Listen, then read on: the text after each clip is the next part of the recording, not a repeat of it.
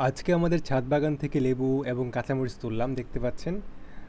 বেশ অনেকগুলো কাঁচামরিচই হয়েছিল মাসাল্লাহ। এবং এটা হচ্ছে কাঁচামরিচ গাছ, প্রায় 3-4টার মতো কাঁচামরিচের গাছ আছে। আর প্রত্যেকটাতে ভিন্ন ভিন্ন জাতের কাঁচামরিচ এখানে লাগানো হয়েছে।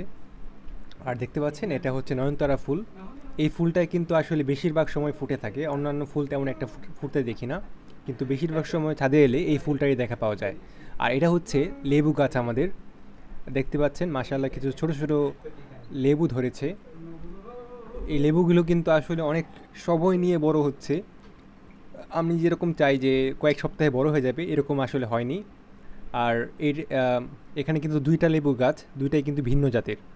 তো এই ছিল আমাদের ছাদ বাগানের অবস্থা, দেখতে পাচ্ছেন বেশ অনেকগুলো টবের মধ্যেই অনেক কিছু লাগানো হয়েছে, এমন শখ করে লাগিয়েছিল।